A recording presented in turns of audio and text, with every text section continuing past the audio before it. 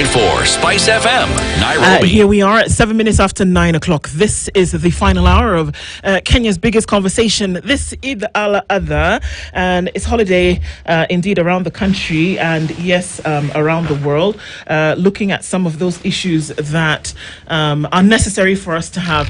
Our youth perspective this morning is around issues of the finance bill, and to help us out in that conversation are folks who are versed in a number of issues, but we see it necessary to have constant conversations around some of these issues. Joining us in the hot seats of the Situation Room this morning, just as a reminder that your live streams are up on Facebook and on X and on YouTube, and our audience on KTN, Karibu Sana. Conrad Kerr is a fiscal policy analyst and Stella Swake is an economic analyst, and they join us this morning and we look at the finance bill and we look at some of those things and we're saying, okay, have an understanding from any perspective, but as we do on Friday, let's have an understanding from the youth perspective. Karibuni sana, both of you. Thank you. Welcome to the hot seats of the Situation Room. We get into things this morning in the way that we normally do. We have a proverb that we visit. We have a different African country that we visit every week. This week we visit one, and a proverb from that country every day. We would like to hear your interpretation of that proverb that Dennis is going to share. So today we are in a country that is within another country. First of all, in South Africa. Okay. The country is called Eswatini, Swaziland, a very famous country. Conrad, I'll just ask you, what do you know about Eswatini? I think it is one of the smallest countries in Africa. I have to congratulate you, the first man this week who did not talk about the reed dance. Talk about size and geography. I was supposed to work. Oh, you were going to go there. It is actually known for having a very interesting dance. Yeah. And Stella, it is also a country whose healthcare system is struggling. You know, so when you talk about struggling healthcare in Kenya, it is also happening in there, because you look at a country whose budget allocation towards healthcare in the country is wanting, and with other stats fact that 1 in 4 people has HIV in the country, one would hope that perhaps maybe the government would invest in that. But that aside, they equally have you can go and see Eswatini lions. They also have lions and rhinos. You know, if you can't go to Nairobi National Park, Eswatini is a place to go. But the proverb of the day: a bee that is forced into the hive will not produce honey. A bee that is forced into the hive will not produce any honey. Stella, ladies first. What do you make of that?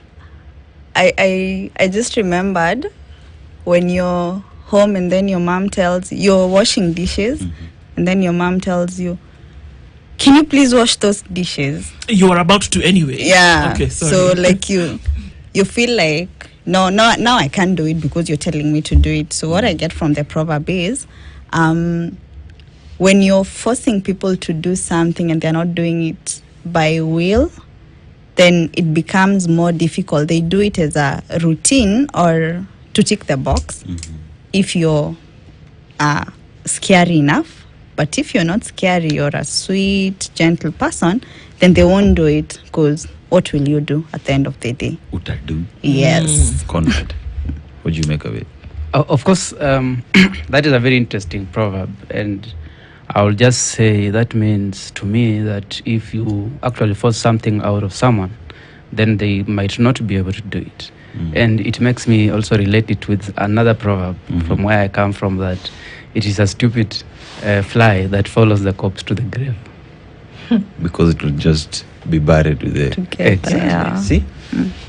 Ndo. Well true. put, no? Very, very well put. Your opinion is always right, as we say. I always, as we have this conversation, I always like to give, the backdrop that when we saw 2024, one would have imagined that 2024 was the first time there was ever a finance bill in Kenya, but that's not the truth. Yeah. That there's a finance bill every year, that there is a budget. That the finance bill essentially gives life to the budget, because it is in the finance bill that you will then see the different areas that, number one, the government will then get its taxes, and then number two, things that they will introduce in terms of now taxes and levies, essentially what Caesar will then be able to collect to run the country. It is not a new phenomenon. It happens every year. So long as there's a budget, there's a finance bill. And for some reason, in 2024, it took the world, and I say the world intentionally because it took the world by storm. And then we saw anti-finance bill protests, which led to I want to say deliberately shelving of that finance bill, because we've seen that somehow some of the tenets of it came back. But then what it did do is that it gave birth to a new era where people were going to be very concerned about anything that happened moving forward. Right? So people wanted to know, people wanted to be informed, people wanted to be active and participate moving forward. So come September, when the budgetary process started, people started to ask questions. Okay, what's happening? And by the time we get to March, April, and the finance bill suggestions would come through, how are we going to be involved in this? And people are always looking for a breakdown of what the finance bill means, or what it entails. And so here we are, where some people have been arrested, those issues are in court. But here we are on this table today and saying, okay, for the youth perspective for Friday, let's look at it in terms of what it exactly means. And we'll start off with you, Conrad, in terms of what we are seeing that could potentially help or hurt when it comes to the budget for the country. Thank you so much, Ndu, for having me. And this is a very timely conversation, even as because I think the budget is the estimates will be presented by the CS, and we also need to look at where did we come from in terms of the finance bill, and how did the people start looking at the finance bill as a very integral document when it comes to budget. And in this country we have 48 finance bills every year, every financial year. One that comes from the national government and 47 that comes from the county governments that align with their budgets. But why did we focus more on the finance bill? Because I think the people discovered that while the budget was one of the most integral documents, very important documents, but how do you fund that budget? That is how people started knowing that the finance bill really affects their lives. But we also need not to ignore the fact that a budget document is a very, very integral document, because if you have a punitive budget document, you'll have a punitive finance bill. And if you get the budget right, you'll have the right finance bill. So while we actually focus on the finance bill, we do not need to underscore the fact that having a good budget estimates are very key in terms of having a very good finance bill. And the reason why we've had issues with the finance bill is because every year we are having a budget that does not actually represent our physical capacity as a country. What exactly do you mean when we have a budget that does not represent our physical capacity? Just expound on that a little bit, yeah. From where I sit, I think we have a very ambitious budget in terms of a budget that we cannot fund. Because when you have a budget that you cannot fund with your money, with the money you can get yourself, that really means that you have to go out to get some more money from someone else to fund your budget. And that is the problem.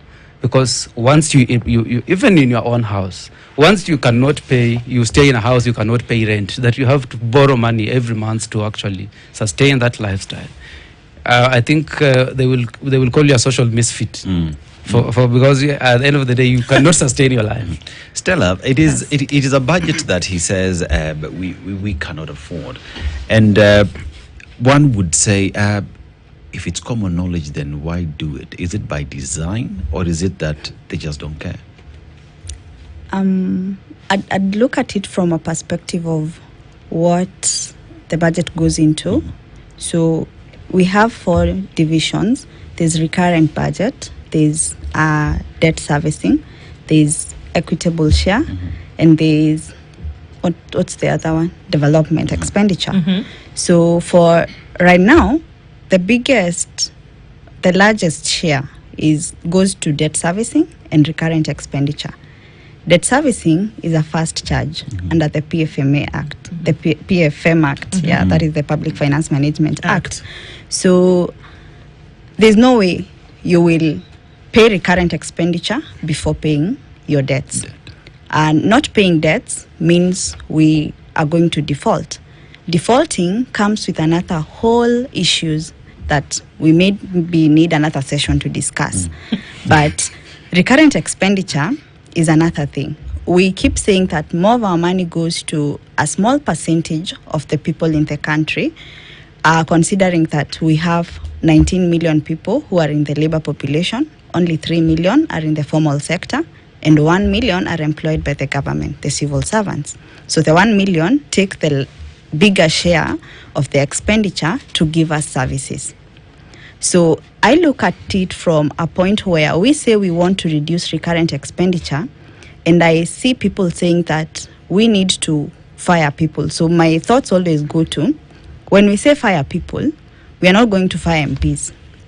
We are not going to fire chairmen and board CEOs. And directors. And exactly. We go to the common mwananchi. So we are looking at mass firing of people for us to achieve a good percentage of budget cuts in the recurrent expenditure. Is that what we want? I don't think so. Number two, we say that we need money for healthcare. Education is not getting enough allocation of money. We've seen your gazette today. Education is no longer free. But then we say the budget is large or the budget is ambitious. And I ask myself, what do we want? Do we want a bigger budget or do we want more allocation? But then I'm cognizant of the misappropriation and the lack of priorities that we have, and even the leakages of this budget. So I will use the same example I used yesterday. When you look at the allocations that go into transportation and fuel allowance, you see an amount of around 15 billion every fiscal year. The amount that we need for invigilation and examination is 9 billion. So where are our priorities? And I ask the question, where is the value for money? The largest budget for transport and fuel goes to domestic transport. And then I keep asking myself, where do our politicians go domestically? Because when you look at it logically, me going to a foreign country should be more expensive than me going to Naivasha. But where does it become so expensive to travel domestically and we don't see the value of this money? When I want to see my MP, I can't see him because I don't even know where he lives. Or he lives in Nairobi while I live in Narok, where is my place where I come from. When we want to see them, when we want to talk to them, they are not available for us, but they say they are traveling to their constituents. So where is the value for money? We need to put our priorities right, in my view, and we need to look at this budget clause by clause. We can't be saying as a people or as Kenyans, we need the budget reduced. These are the people who are using the money. So MPs won't go and say, reduce our allocation for our salaries or for our allowances. When you look at the finance bill, the allowances, the per diems per day, the amount that was being taxed has been increased from 2,000, not being taxed, the one that is not taxed. Not taxed. From 2,000 to 10,000. And someone said, this does not affect me in the informal sector or me in another private company. It affects civil servants who get the per diems and the allowances. So at the end of the day, it has looked at them and not as at me as the common wananchi. So those are the things that we are seeing with the budget that, and I agree, no government has the best interest of its constituents. They just want to get all they can from us in whatever way, legal or illegal, and it just depends on how you react as a people. And if you let them, they will do it. That's a sad statement. So this is the thing that we seem to be. I think about a hamster in a cage on a wheel. It's not going anywhere. But it's providing some kind of temporary entertainment for itself. So it just keeps going round and round and round and round and round. At some point, it's going to get tired. It's going to maybe look for something to forage with. Then it's going to get back on the wheel, and it's going to keep. And I see that that's what's happening currently. That, as you've mentioned, Stella, that there's a lot in terms of debt. It's the first charge on any revenue that comes in. The first charge is debt. And there's very little left then for these other three things that you talk about. There's very little that's then left towards equitable share that goes to all parts of the country. Yeah. There's recurrent expenditure, salaries and whatnot that needs to be paid. And then there's development. And we keep talking about a developing country. The only way to get you from developing to economically developed is the development. Yes, You have to actually yes. do the thing to Yeah. get you from this place to the next. But we're still the hamster on the wheel, isn't it? Yes. That there's so much debt, and within the same fiscal year, we still keep accruing this debt, still keep getting into this debt, reducing the margin for development, recurrent, and equitable share. We keep reducing the margin of what's available. How can we possibly be progressive from a fiscal point of view? How can you? From where I sit, it is impossible. You cannot do it. You cannot do it. Something somewhere has to stop. And how do we do that? We talk about the wastage in government. Political economist had a conversation with us just the other day, and he said it's very easy just from the books, just from looking at the books, to save easily 40 million shillings, 40 million just from looking, before you actually go to each place and say, okay, what can we mop up? You can save 40 million just from here. Before we talk about going to Naivasha and Lamu, whatever. Yeah. So how can you actually do it from a fiscal point of view to say, okay, guys, stop the bleed? It really can be done, but what needs to happen? I think you've really made a very serious statement that I think it is, and passionately really put up this issue. And from where I sit, this is possible. And I agree it is possible to actually reduce the waste. It is possible. And this really needs us to make very difficult decisions as a country. One, we must just stop unnecessary expenditure, including the travels. There is a time, I think, in the neighboring country when former President Magufuli actually said, you are not going to travel outside this country. Nobody's going anywhere. We are here. We are going to face this and face it because I think we need to face it so that we can get out of this mess. And one of the things that need to happen is we need to look at our current expenditure, because that is what is taking our biggest chunk of money. What can we stop doing? Can we stop the travels in the country? She has just alluded to the fact that it is very expensive to actually maintain travels within locally, domestically. So can we just stop that? Even MPs, when they are coming to Nairobi to actually maybe legislate and coming from other areas, can we have, because I think they receive mileage as a compensation for those who come outside Nairobi to Parliament. Yes, they do. Can we also just make a different decision? We are paying you 1 million shillings. Can you be able to sustain yourself in that? No, I don't think they pay you to come here every day. They pay you a salary. But they don't also put on board another allowance for coming and sitting here. Because they already paid you money. They already paid you an allowance, a travel allowance. Why should we give you mileage now for servicing your vehicle? And that really should also apply to even to the directors, even in the ministries, to the parastatals, to the PSs. And I mean, we also need to make a very difficult decision of cutting wages and salaries for some of these big guys. Because if you're paying more than 290 people 1 million plus, that is a lot of money, plus the women reps, plus the MCAs, plus everyone, and you're paying them more than 100,000.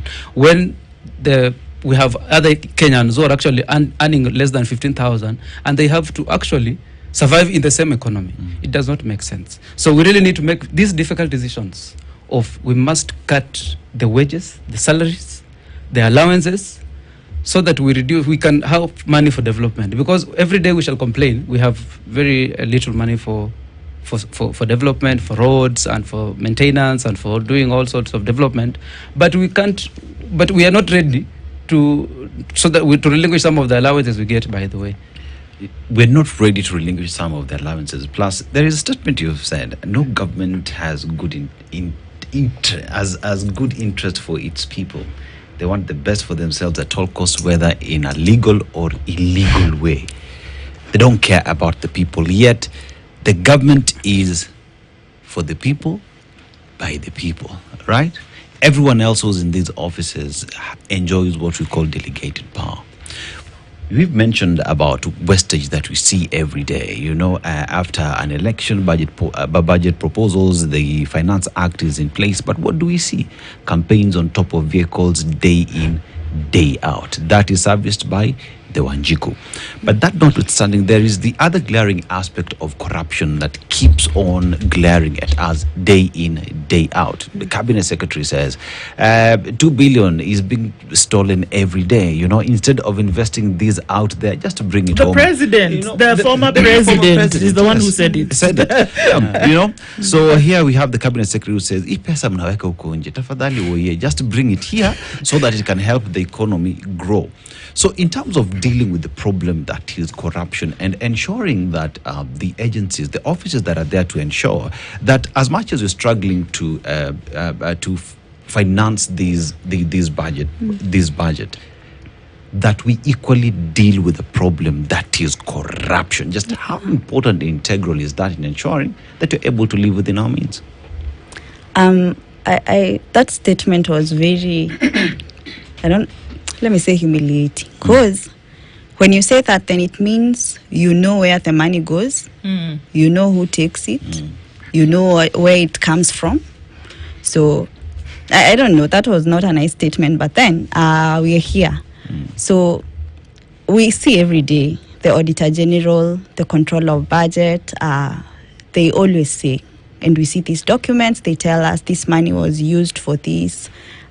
We bought a laptop, we bought an umbrella at 100,000, we bought a pen at 8,000 shillings. We see all of these things. So my problem has always been our parliament, to be honest, because the Controller of Budget and the Auditor General do not have the power to prosecute or convict anyone. They report. That is their job. They've done it very well, honestly. But then the people that are supposed to be checking accountability, because to be honest, the parliament is the number one accountability check of our country.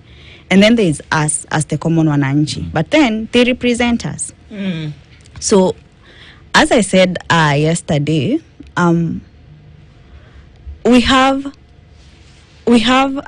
every document that goes into this country passed through parliament. The parliament always approves every document, whether they read it or not. They're the ones who approve the documents, they're the ones who approve the budget, they're the ones who approve the line items. They discuss the finance bill clause by clause. They're the ones who approve it. So if we wanted a solution, we would have found it. But then the problem comes when the problem benefits this particular set of people. Because corruption does not benefit us. It benefits the ones who get it. I don't want to say the MPs, but basically it's them.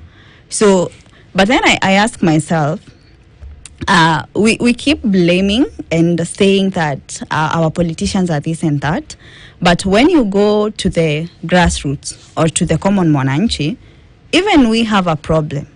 Because I ask myself, when I go to Huduma Center or when I go to a parastatal, who is asking me for a handout?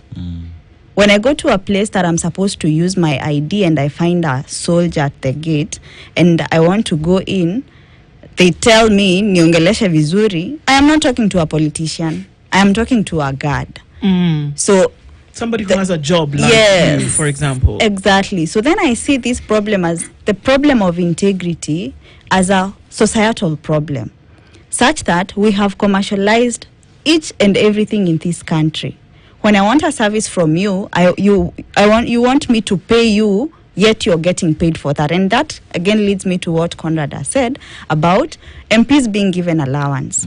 We are paying you, and then we are giving you an allowance to do the job that we are paying you to do. It does not make any sense. And I don't know why this has continued for such a long time, given that when you're saying a country is struggling, why is it struggling on one end? And sometimes I tell myself, I think the only people that have a problem and are scared for this country is the citizens. No one else, because the things we see our politicians and our leaders do are so different from what we think should be going on for a country that they say we do not have money. So we do not have money, but you guys are living lavishly, and then you're reporting things and even saying in parliament there's a lot of corruption, yet we have given you the powers to actually curb and try and make this problem go away. Every day we say we have tumetenga hii, tumefanya hii for corruption and to try and bring these issues, but we don't see anything. No one is being convicted. And those that are being convicted, it becomes something of a political witch hunt, and it's not something that is supposed to be helping the country. Indeed. Yeah. We're looking around at the finance bill, and this is our youth perspective conversation this Friday morning in the Situation Room. And we're asking ourselves the questions coming off of the protests, obviously, which rocked the country and, yes, did rock the world, when, it still made reference to till today. And the questions abound as per, okay, so how involved will people be? And I come from the place where we often ask ourselves, okay, so then what happens next? And I'd like us, when we take this break, to come back and say, okay, fine. You're both money people, so you understand this thing. That when you make a budget, then there's the allocation, appropriation, and then after that, there's the reporting on how you spent it. Yeah. There has not been a year since the Auditor General's office came into existence in this country that there have not been queries about the budget. That blows my mind in terms of statistics. Yeah. So let's take a break and come back and look at that and then ask the question, if you're going to budget and then there are going to be queries about it, hadn't we better deal with those queries? And then how do we deal with budgeted corruption? We're having a conversation this morning with Conrad Kerr and Stella Swake, and we're asking those questions. We'll be back after this break, and we continue on the Situation Room at 26 minutes to 10. I hate my life, Drew.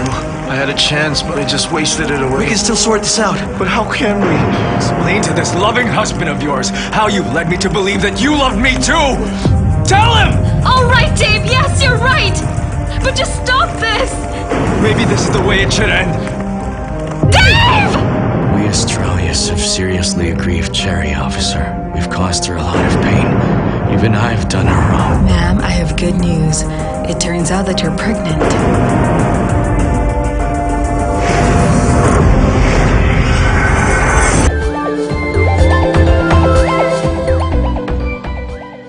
For fast relief of strong pain, like headache, toothache, and muscle pain. And I am finally released from pain and ready to be there for those who need me. Try Panadol Extra for fast and effective relief from strong pain. This week on Club Kiboko.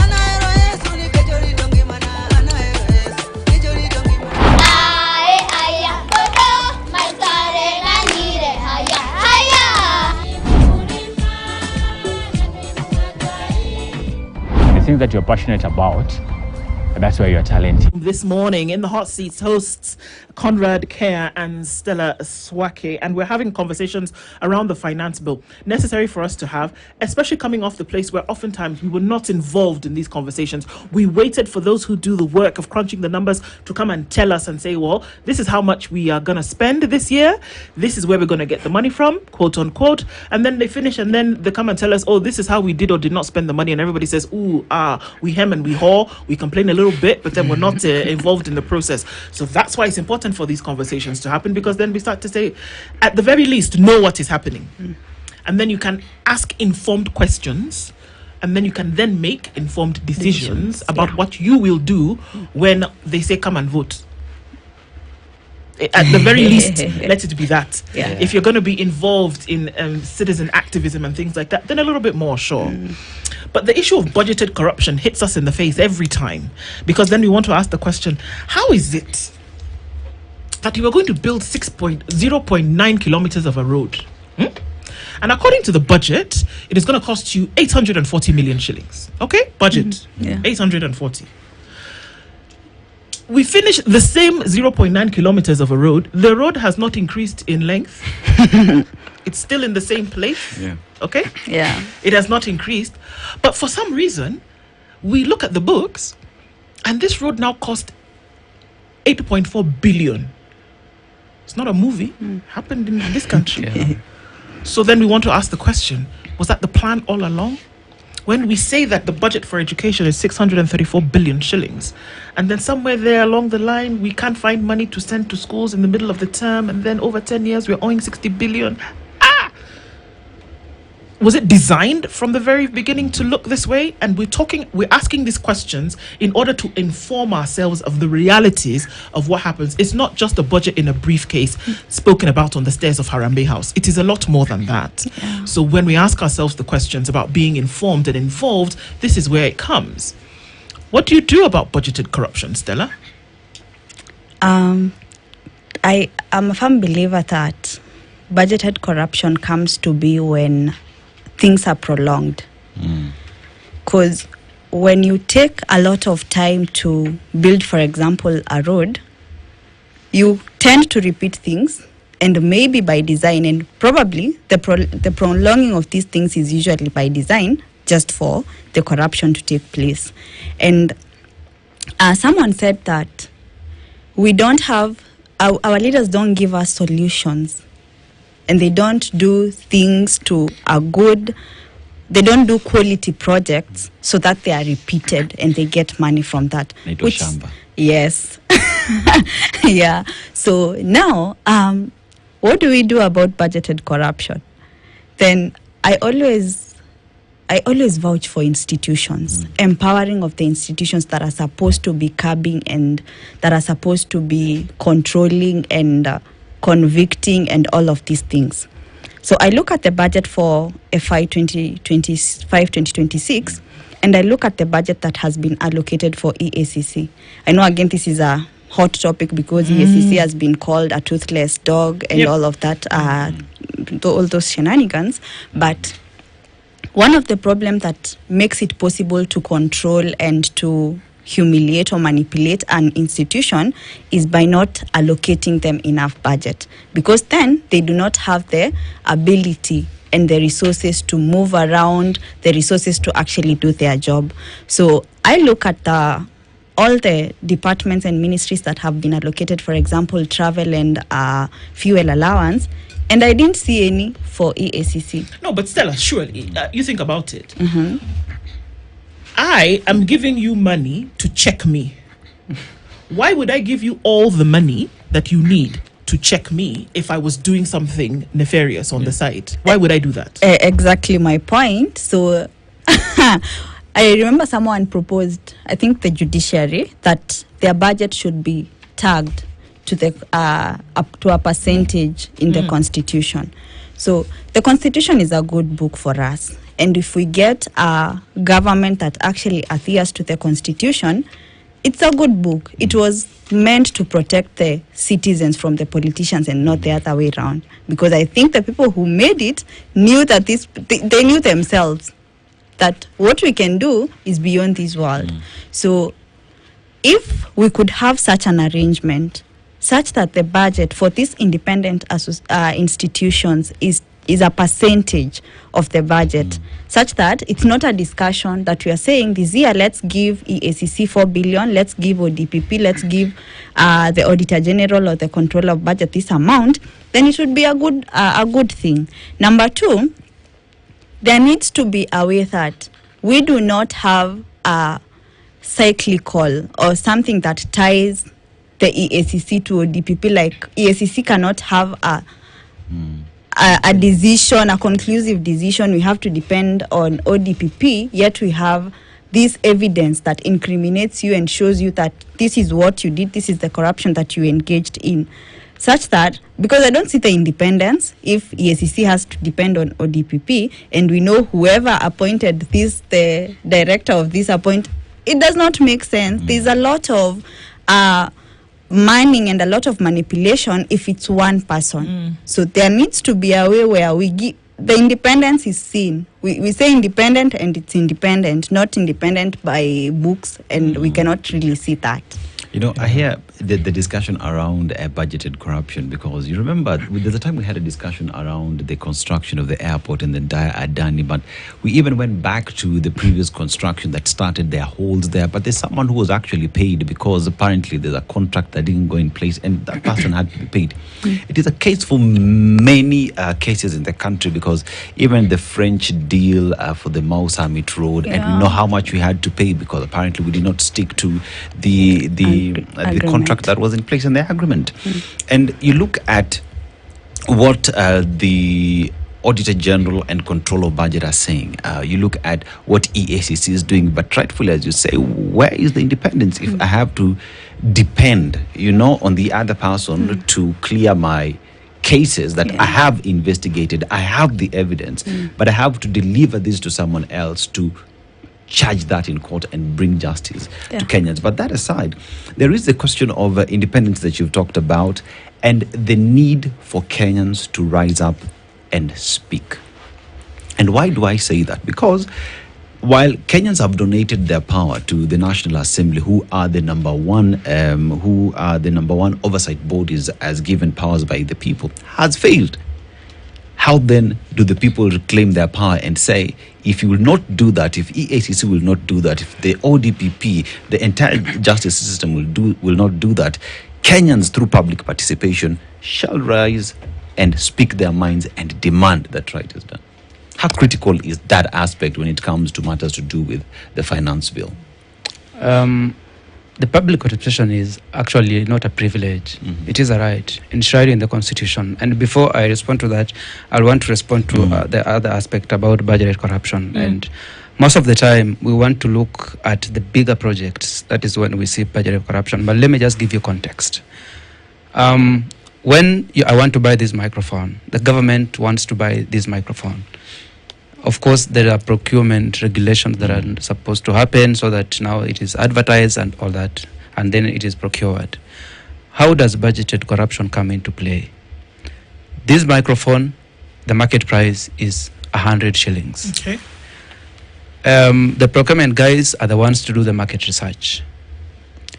They do not have regulations over that because they go to the market, they'll do their market research and say, yeah, this microphone is supposed to be 1,000 bob. Because, and you see the government, just the parastatals and the sagas only give the regulations of what you need to buy. The specifications, if it is a computer, they need to tell you that you need to, as a saga, you need to buy a computer that is this space and these are the specs. But they don't tell you this is how much you need to spend. Because they expect you as a procurement officer to actually go and do a market research on the price. So that is how we normally end up in overpriced tenders, overpriced goods that are being procured at the expense of the mwananchi.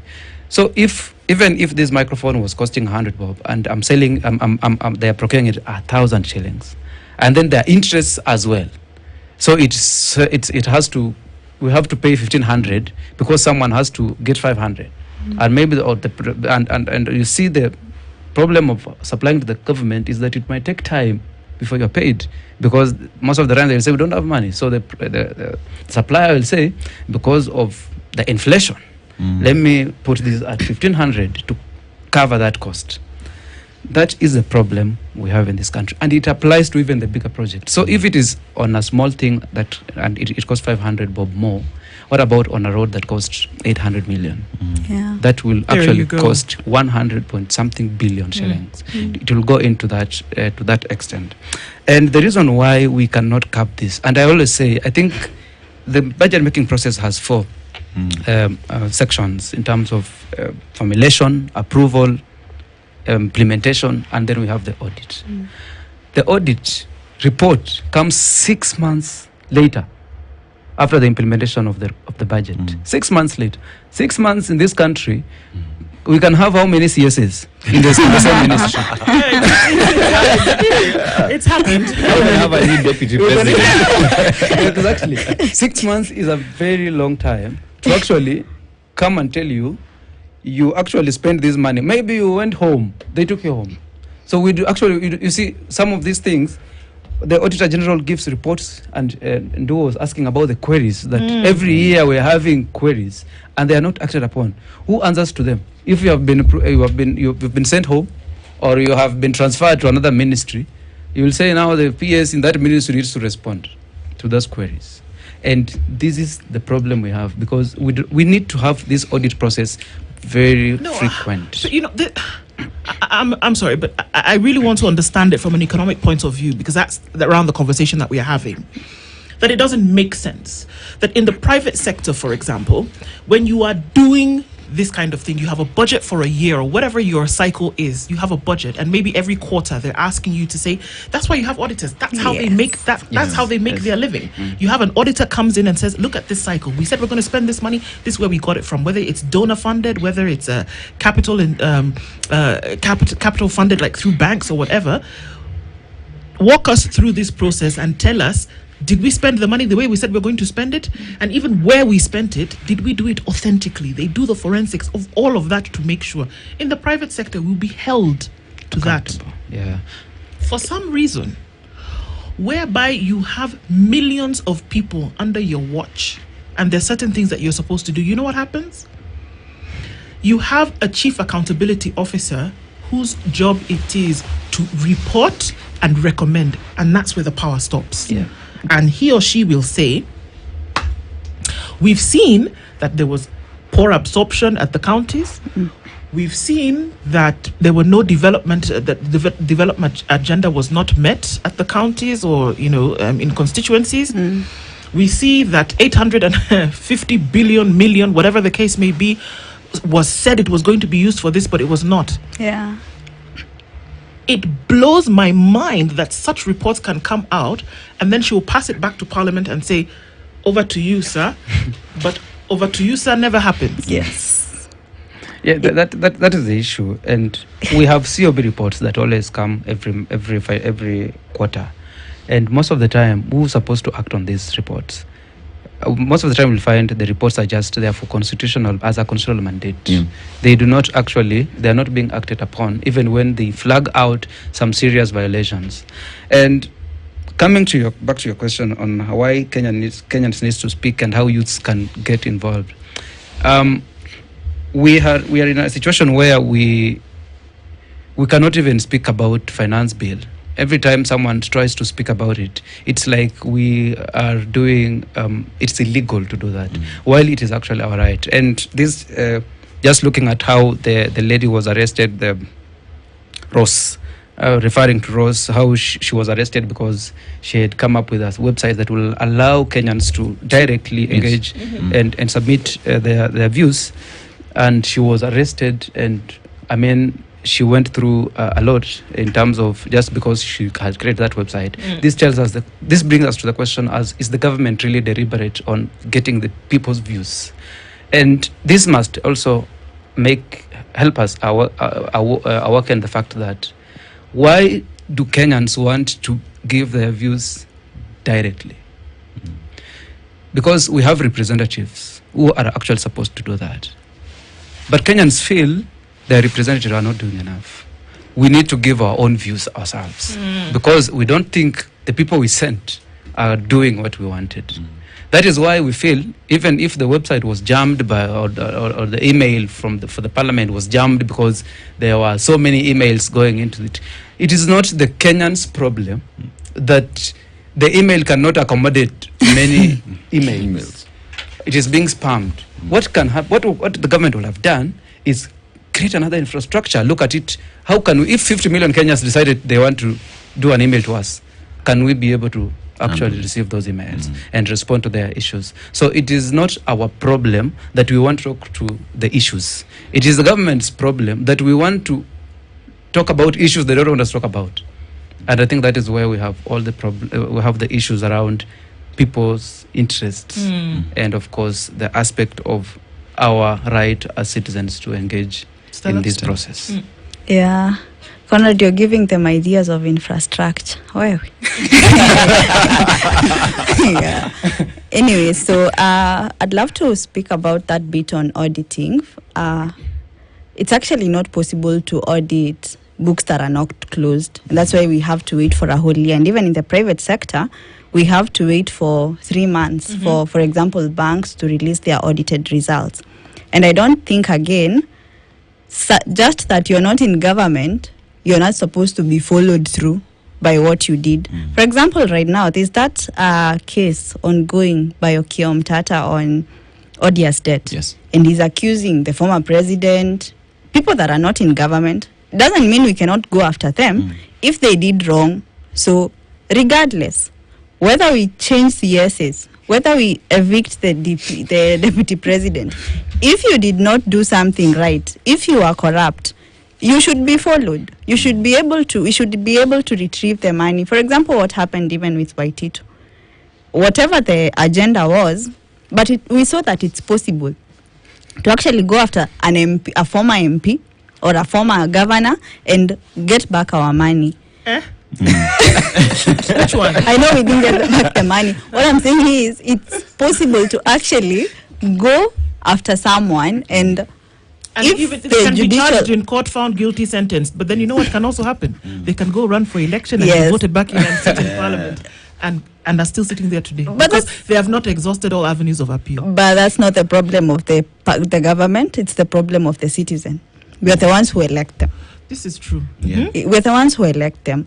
So on the bit of public participation, what I love to recommend is that we pick things that we understand, we pick a clause and actually tell these people we do not want this VAT added to 16 to 18% because, and it's just an example, it has not been added to 18%, and say this is the problem we have with it. We cannot be, and this is an unpopular opinion, we cannot be rejecting every document in its entirety.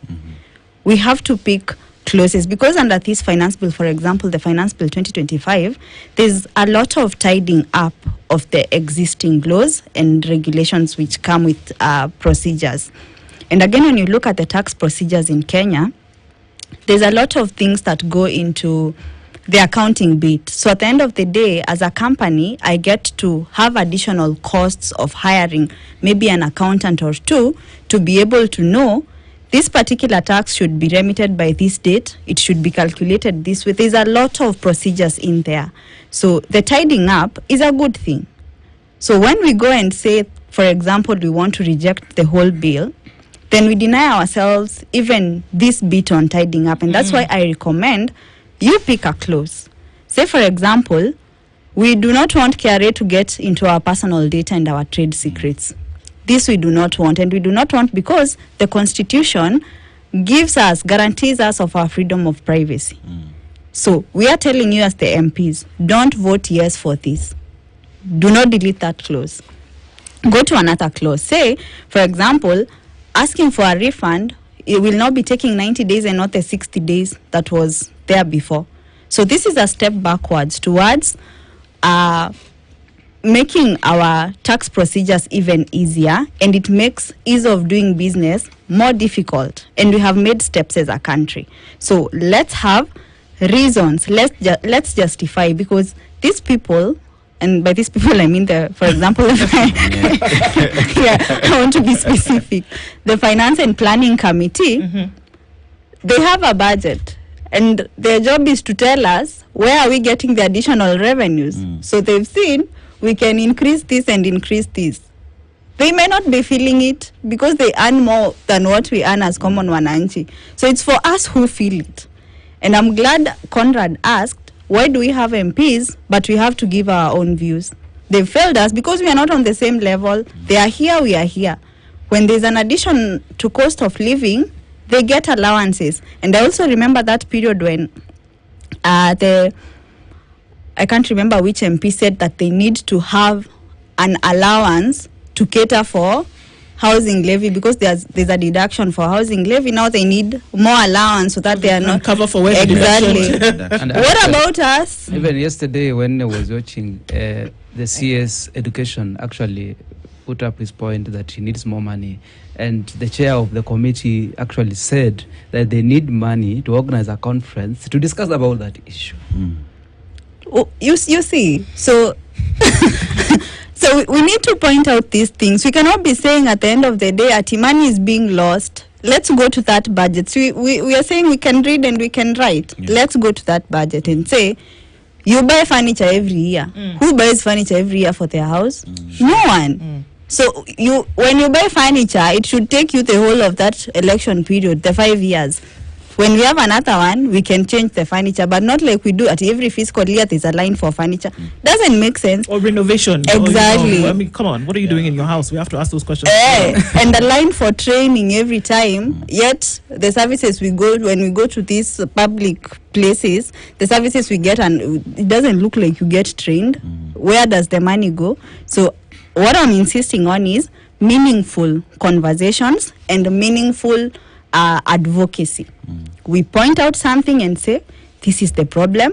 This is how we feel, not blindly, so that they don't say, we Gen Zs do not understand things. We are just irritable and chaotic people. We know what we are saying. When we say the cost of living is high, we know what we are saying. When we say you're mismanaging, we know you're mismanaging because you're traveling a lot and we are not traveling. Us who are giving you this money, your employers, we are not traveling the same way you're traveling. Doesn't make sense. Yes. How would you wrap that up, Conrad? It will be very big injustice to just mention some of the things that as well that have been highlighted in the finance bill that seem to be making sense. Perhaps maybe some of tax reductions, and every time I look at these tax reductions that have been highlighted in the finance bill, the question I ask myself is who benefits? When you reduce tax on aircraft spare parts. How many people are buying? Thanks. When you reduce tax on steel importation, how many young people are importing steel? How many young people are importing aircraft spare parts? Yeah. For a very long time, this country has neglected one of the biggest dividend, the youth, and they have failed to make a point in solving the biggest problem we have, unemployment.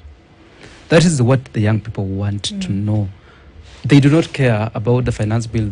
If you are raising more money to give us more jobs, I'm pretty sure, young people can have a look at it and say, I mean, this thing, it seems like a good thing. Yeah. But we are not giving it a life where people can see, the young people can see, this thing is coming to give us jobs.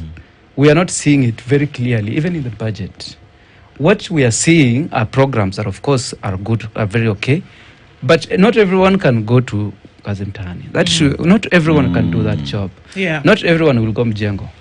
We need to be very, very critical in terms of the 800,000 graduates we are releasing every year. Where are they going? Good questions. And that formed the basis for the conversation on the youth perspective that we had today, then looking critically at the Finance Bill 2025 and then what's going to come out of the budget. We want to thank you both for being here this morning. We can't stop having these conversations. Necessary and important for us to do. It's good for folks to know we know and that we actually do know. Yeah. Isn't it? Yeah. Stella Swake is an economic analyst, and Conrad Kerr, fiscal policy analyst, have been our guests this hour. Thank you for closing out the Situation Room with us this week. And we'll be back Monday at 6 a.m., God willing, to continue conversations with you. Eid Mubarak in the meantime. Good morning. It's 10 a.m.